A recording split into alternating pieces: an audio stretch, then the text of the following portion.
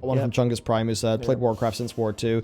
It's become hard to care about the lore. Blizz just retcons and reimagines everything, while cosmic stuff isn't interesting enough for how alien it is to the setting.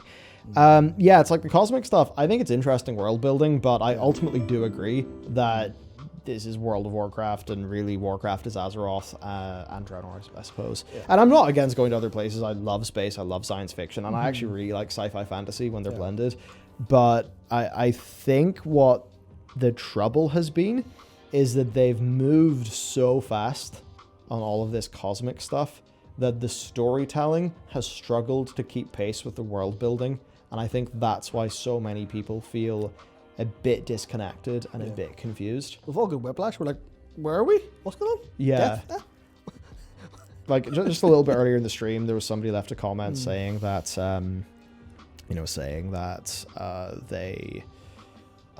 they're kind of tired of world ending threat. Yeah. And it's kind of interesting because like TBC wasn't really a world ending threat.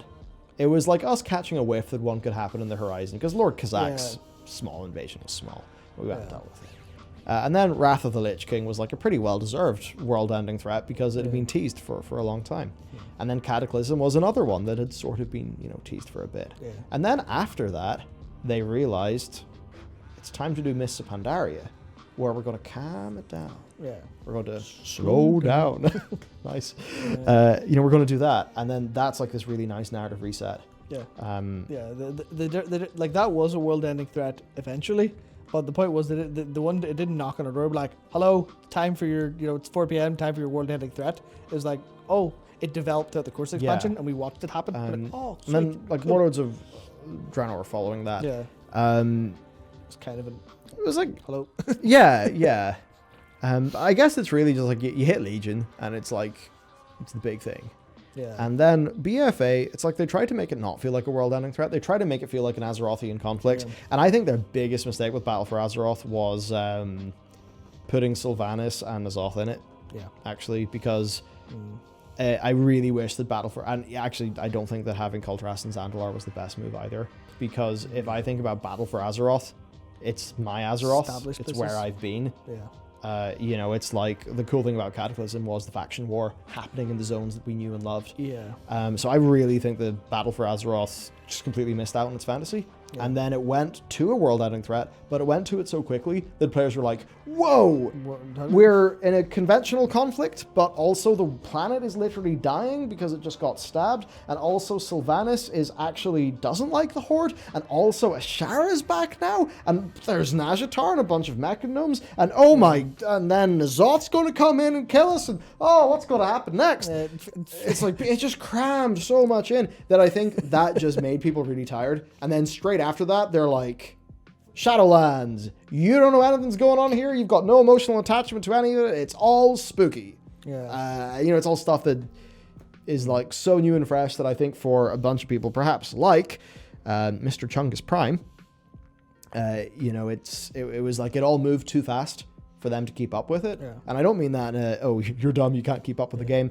I mean that in a, like, they didn't have enough of the storytelling in the game. They didn't feel the journey. Yeah, they didn't feel the journey because it moved so fast. Yeah, it's like BFA, patch progression to BFA felt like falling asleep on a train in the daytime, waking up as nighttime, you have no idea where you are. Yeah. It's like, what? Well, it's like, this is a story that would have been, this is an analogy, it's like a story that would have been best told by, a few seasons of a television show, was instead told in an equivalent of the Pirates of the Caribbean ride in Disney. Where it's just like we're kind of zooming from set piece to set piece. Oh man! It's obviously a cool ride. Yeah. A lot of historical and etc. significance because I believe it was pretty big for its time of creation, so it's neat. But we just went too quick. We kind of just went from epic moment to epic moment to epic moment, but because they didn't put the work in between those epic moments. They did for some of the characters, but it wasn't really experienced as a journey by a lot of the players. Yeah, I think that's why they haven't felt connected. You're on a roller coaster, but instead of having depth for the next one, you teleport over to the next, you just keep teleporting, you just keep going. When's it going to stop? Yeah. So That's why, the whole World of Warcraft Peoples of Azeroth is like one of the most viewed things in our Clips channel, because I think a lot of players just have this wish to kind of take us back to basics. And it's, it's not take Modern WoW back to Classic. I don't think Modern WoW players want that. Classic exists for that. But I think what we want is to return to our home and experience Modern WoW, but in Azeroth, and the Azeroth that we know. And you could think that all of the house models and boars and things that they've... There's some people thinking there's like a back-end world revamp being worked on, but I don't think that would be a little bit much. But yeah, here's my thoughts on that. So... I think, do I know what the boars and houses are used for? Maybe, potentially, because... Uther in... The map files in the PTR, there's Anderhall minimap. That could be it, yeah. So that could be a flashback for Uther training Arthas or something like that, maybe. He probably would have trained him around Anderhall. Because that's Lord Ronlike. So that's probably that. Yeah, so we've got a super from Past Midnight with Bone who says, no pressure, but what have you decided on the VOD location? Oh, completely. I completely forgot about that. I'll just make a channel on Discord, post on there for now. After this, we can do that. That might work. That'll do it. Yeah, Discord. Cool. Not now because we're currently streaming. So we've got from Enter Judas. I'm happy for the hunters getting all the new tameable paths, Dark Lady's bow, etc. It's time for warlocks to get more demons in their toolkit. Yes. I mean, yeah, it's like different. There's not too much analysis to do here because it's just like, that would make the warlock experience better. If mages could get different styles of water elemental, that would make the mage experience better. Yeah, more variety is good.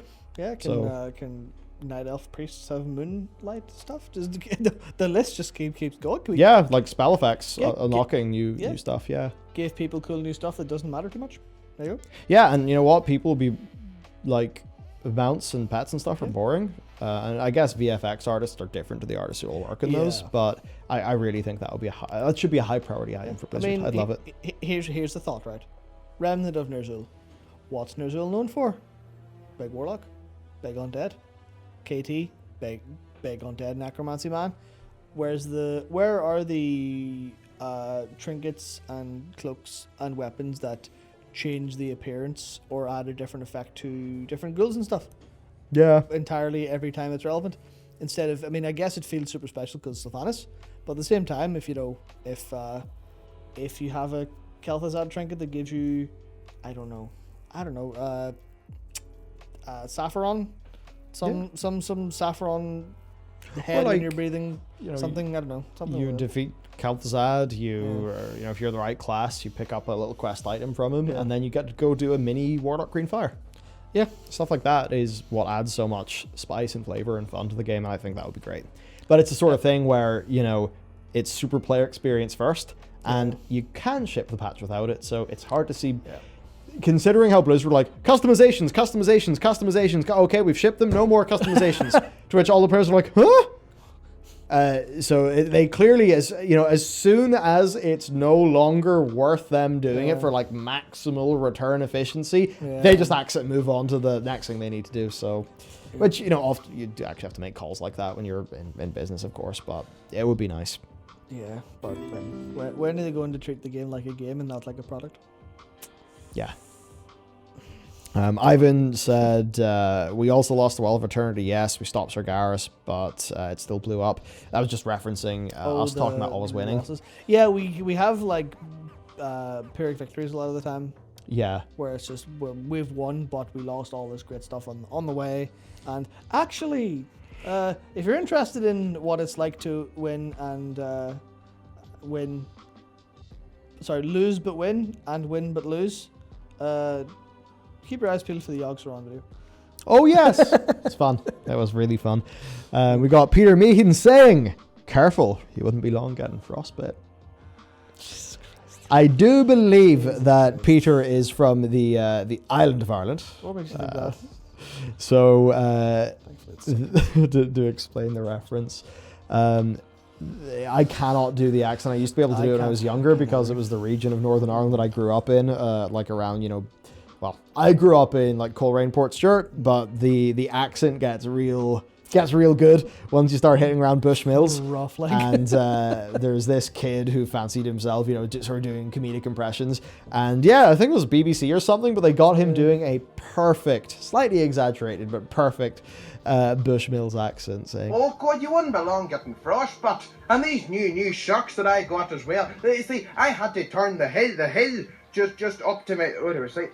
I had to turn the hill up to my foot there, just so the shock would go longer. The mother got these trainer shock things there. Oh God, you wouldn't be long getting the ankles frostbite off you." So I would highly recommend everybody Googles that and watches the video. Just Google "careful, you wouldn't be long getting frostbite" and you'll get it. And there you go, you'll get an insight into an accent that is from my neck of the woods. Yeah, you can definitely hear it in how he speaks, can't you? I don't have an accent that's anything like where I grew up. It's a bit weird. My dad had a weakish Northern Irish accent. My mum was from Cavan in the south. Southern accents and Northern accents are pretty damn different. Extremely. And so I got a strange mix between the two. Yeah, so there's unknown character saying Bellular, third imposter confirmed. Dreadlord.